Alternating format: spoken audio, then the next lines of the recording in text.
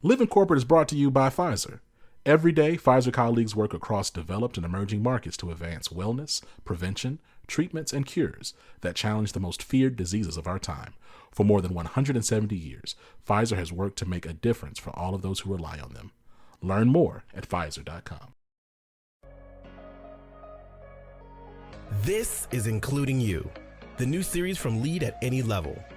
Including You features stories from chief diversity officers and other executives who are creating inclusive cultures in their organizations. Our goal is to show what's working in companies just like yours, to give you the tools you need to keep pushing for progress in your own workplace.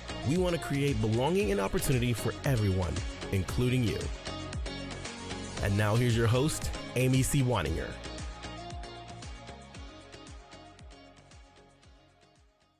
Welcome back to Including You. I'm your host, Amy C. Waninger. My guest today is Dr. Marcine Pickron-Davis.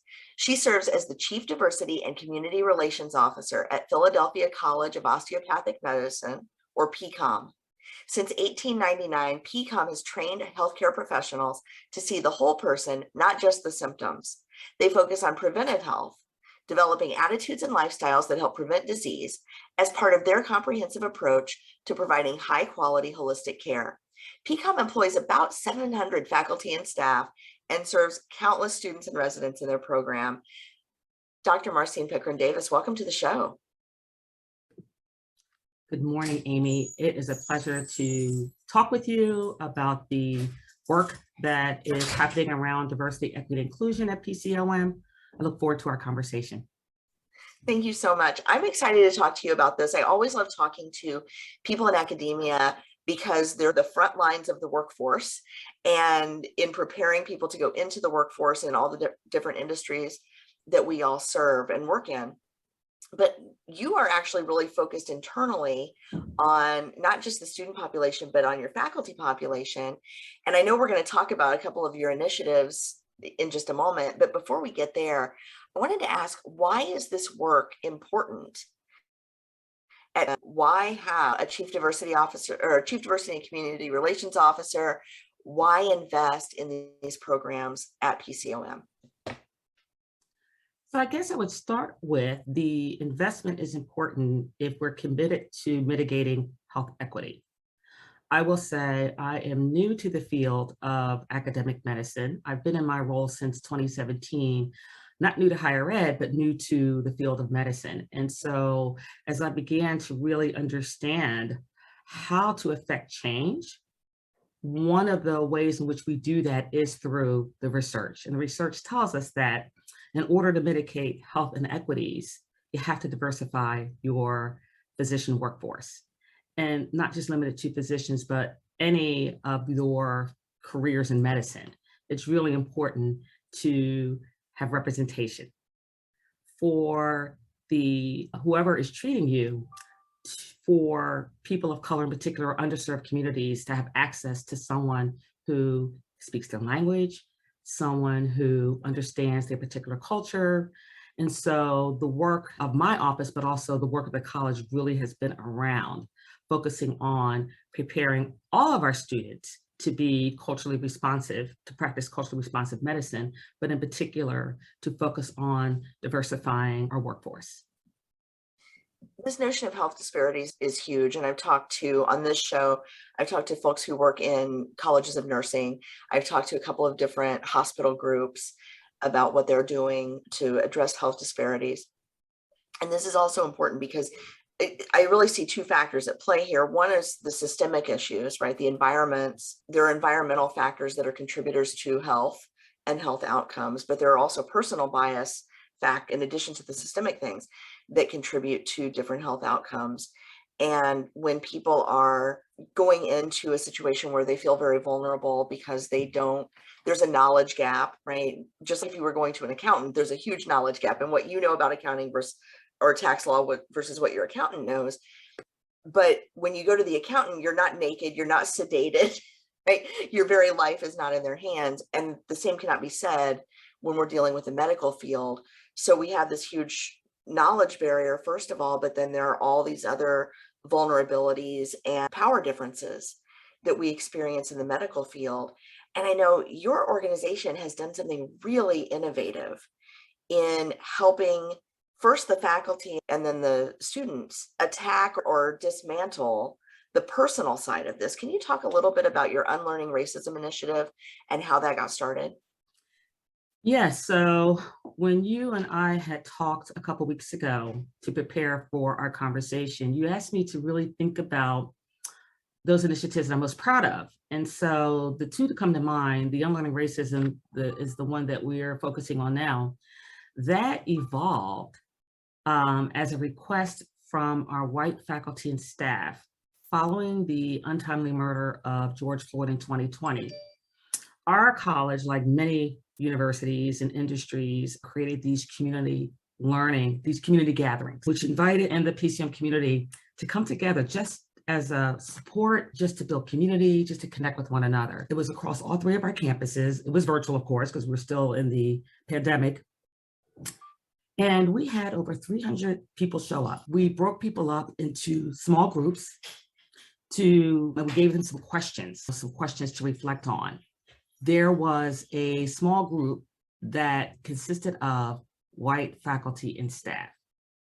We had facilitators. We also had students as well as faculty facilitating these small group conversations. That particular small group included two facilitators who happened to be white. So when we were finished with the community gathering, the facilitators, I met with them to debrief the experience. And the two facilitators who were with the white faculty and staff said, we could have talked for hours. In fact, there was a request from several of them. We really wish that we had this space to do this more often, more regularly, not when there is a tragedy.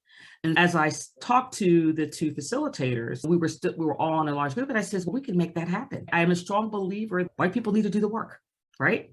And if they're asking for an opportunity and a space to do it, we should provide that. We should offer that. And so out of that grew our Unlearning Racism initiative. It is led by one of the facilitators who happens to be an adjunct faculty member in our organizational leadership development program, and my assistant. And as I mentioned to you previously, we started that initiative in fall 2020.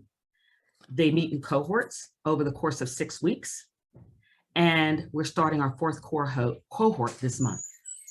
And we have about 20 people who have volunteered to be a part of this cohort. And they do readings. So from the first, let me just start. So for the first cohort, that was a pilot, right? And there was a small group. In fact, we decided that we wanted to test out this initiative. And so we actually reached out to several white faculty and staff to see if they'd be interested. And so from that, the initiative has really matured, it has evolved, it is still dynamic and ever changing. We take their recommendations very seriously. We do evaluations, and they do have accountability partner. So in between their meetings, they have someone that they're meeting with. And so as I said, we take this work very seriously. And so we'll change the readings based on the feedback that we get. We include podcasts, we include TED Talks. It is such a rich experience. And what I'm most proud of is my white faculty colleagues who are just so committed to this work and really want to figure out, how do I respond when my uncle or my cousin at a family gathering says something that really is racist or sexist or homophobic? So they're getting these skills to practice, not just to take a deeper dive into unlearning racism, but also practicing, getting a set of tools so that they can practice. So since we're now starting our fourth cohort, what we've decided to do was many of them have also expressed interest in cross-cultural dialogue. So many of them have said, not all of them, but many have said, we're really ready now to engage in a conversation with our Black and Brown family at PCOM. Can we make that happen? So we're in the process now of creating an intercultural dialogue experience for anyone interested in having conversations that people call them courageous or difficult, but really providing a space for people of color and for white people to come together and really talk authentically about our roles in changing or being leaders, advocates, allies in this work. That can be very difficult because on the one hand, you want to move progress forward. On the other hand, I would imagine that there's a real desire to protect your Black and Brown employees from the power dynamics that already exist in the world as part of these conversations as well. Can you talk a little bit about that? You bring up a good point. And so, Amy, I will also say the impetus in creating the Unlearning Racism Initiative was because we really wanted to target our white managers. The majority of our managers, unlike many other industries, are white department heads and managers. And so we really wanted to target those individuals because they're supervising, for the most part, majority of their supervisees are Black and Brown staff. And so our hope is that they are getting they're getting a much more deeper understanding about what those power dynamics look like. Being a person of majority and managing the majority of people who are in your care every day, it's an honor to be a leader, are people who are looking up to you. And so it's really developing those skills to learn how to be an inclusive leader as well. The intercultural dialogue experience that we're going to offer is it's going to be voluntary. Not all of our white participants are at a place where they feel comfortable. So we also have an ERG of African-American faculty and staff at the college. And so we've already proposed the idea to them about a year ago, and they're very interested.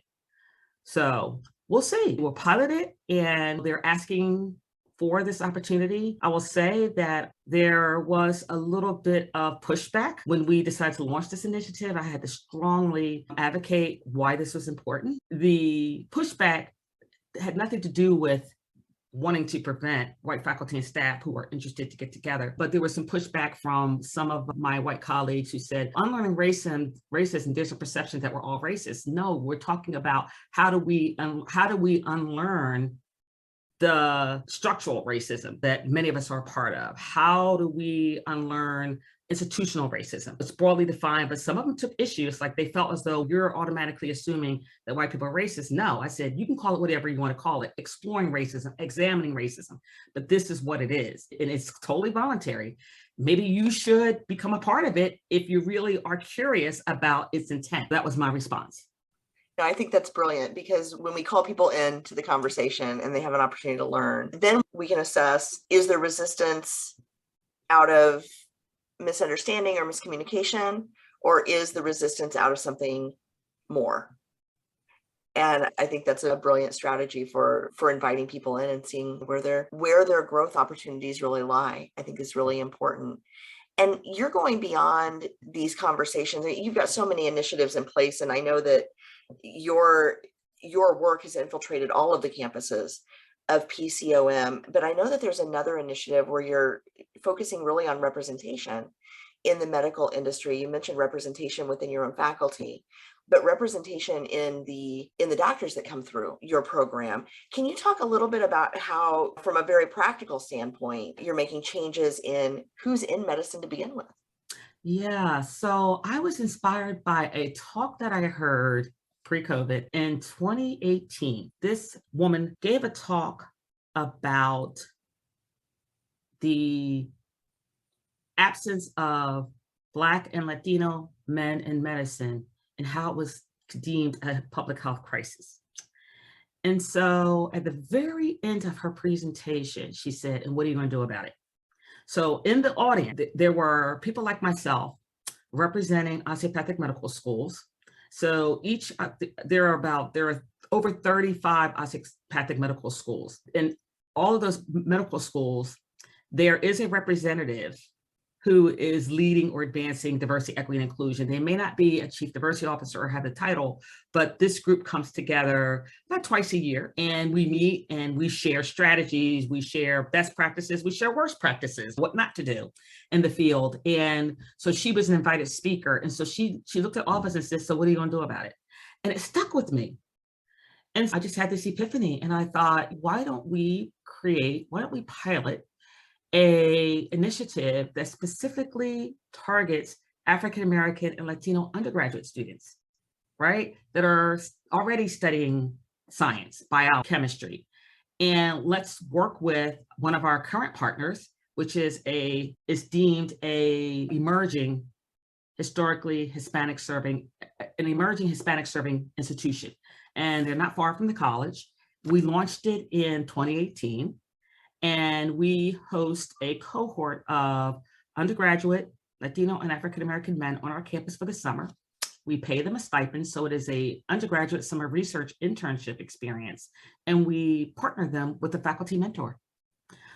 And we've been doing this, we even did it virtually during the pandemic, and it's not as meaningful, but we have been able to offer this initiative from 2018 till now. And the students have the opportunity to be immersed in research that can augment their current research at their institution. Anecdotally, we've heard from the dean of Cabrini University, where we have the partnership with, is that the students come back much better prepared, more excited about their major, about biology. And we have them do, the end of the program, it's 8 weeks, we have them do a PowerPoint research slam, like a mini research slam.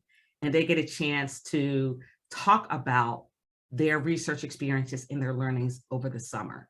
If you close your eyes, Amy, you would have thought that you were at a conference. It's like if you ever been to a conference, you ever go to the part where they have the posters, you close your eyes, you would have thought you were at a conference. These young men are just outstanding.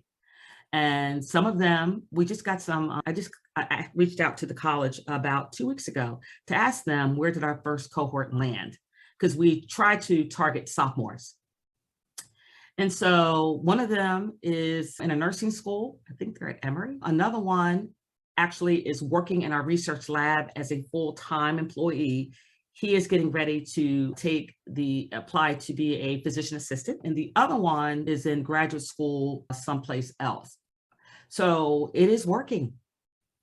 I am just so pleased that the college supports this work, because it takes funding to do this, and that our faculty also see the value of this work.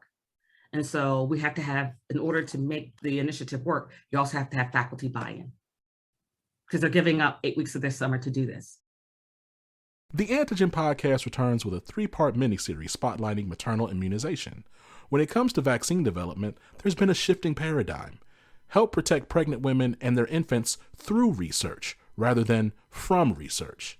Join us this season to dive deeper into this topic, the history, challenges, innovations, and exciting developments to come. Subscribe and listen to The Antigen, powered by Pfizer, on your favorite podcast app. I think this is an incredible program. And my favorite word that you said in there was stipend.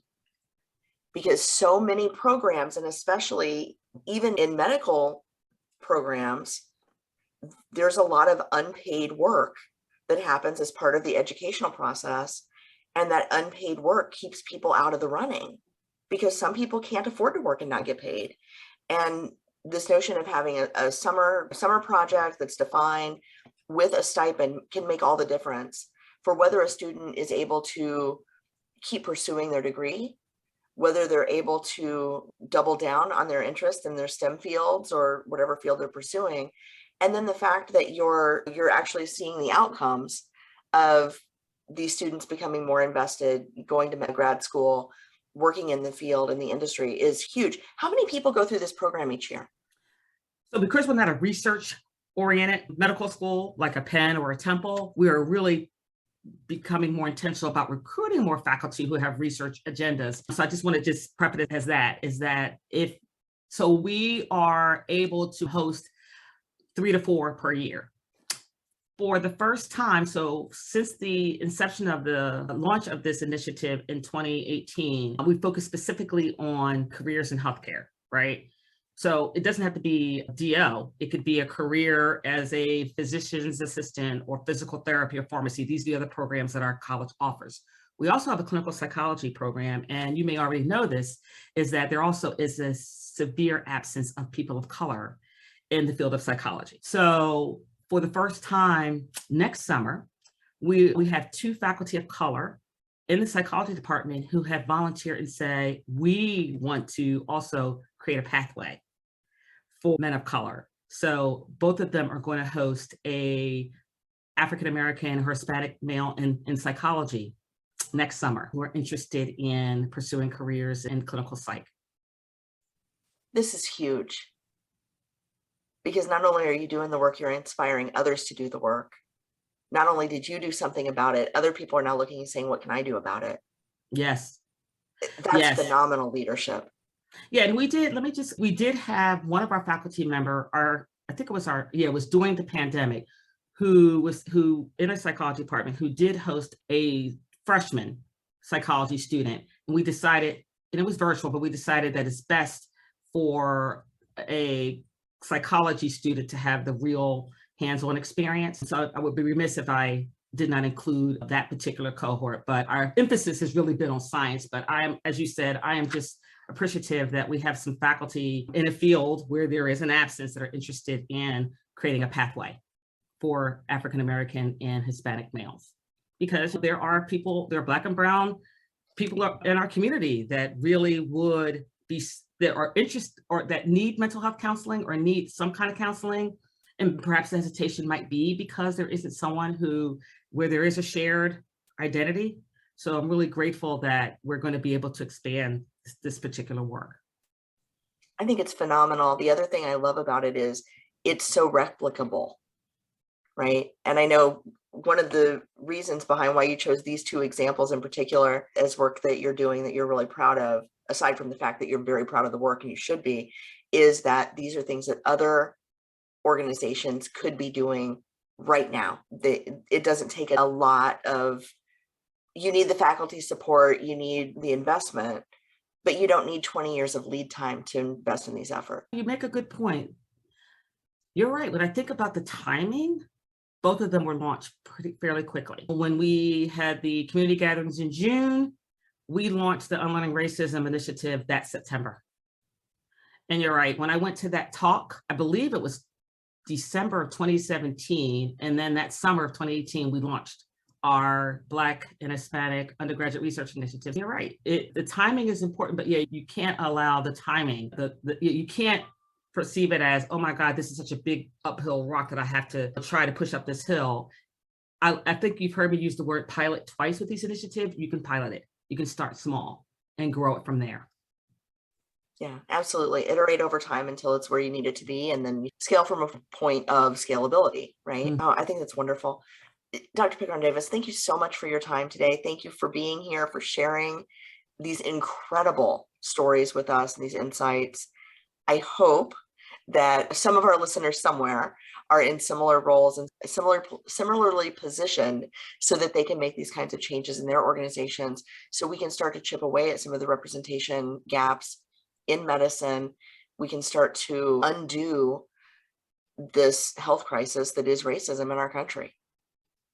Yes, Amy, and it is people like you who are champions, ambassadors, and allies who also see the value of this work, and it is making it public so that people can have access to being creative, being innovative, thinking outside the box. And I think both of these initiatives are examples of just out of the box thinking. Absolutely. And all from a question of what are you going to do about it is phenomenal. Yes. Thank you. If you've enjoyed this episode, follow Lead at Any Level on LinkedIn and YouTube. Then join us for Including You video simulcast every Thursday at noon Eastern. Including You can also be enjoyed each week as part of the Living Corporate audio podcast series, available on all major podcast platforms. Learn more at living-corporate.com. Including You is brought to you in part by Lead at Any Level, a boutique training and consulting firm improving employee engagement and retention for companies that promote from within. Lead at Any Level. Leaders can be anywhere and should be everywhere. Learn more at leadatanylevel.com. Lead at Any Level and its logo are registered trademarks of Lead at Any Level LLC. The views and opinions of guests on our show do not necessarily reflect the positions of Lead at Any Level, Living Corporate, or the sponsors of Including You. That's it for this week's episode of Including You. Join me next week when my guest will be Sasha Thompson from The Equity Equation.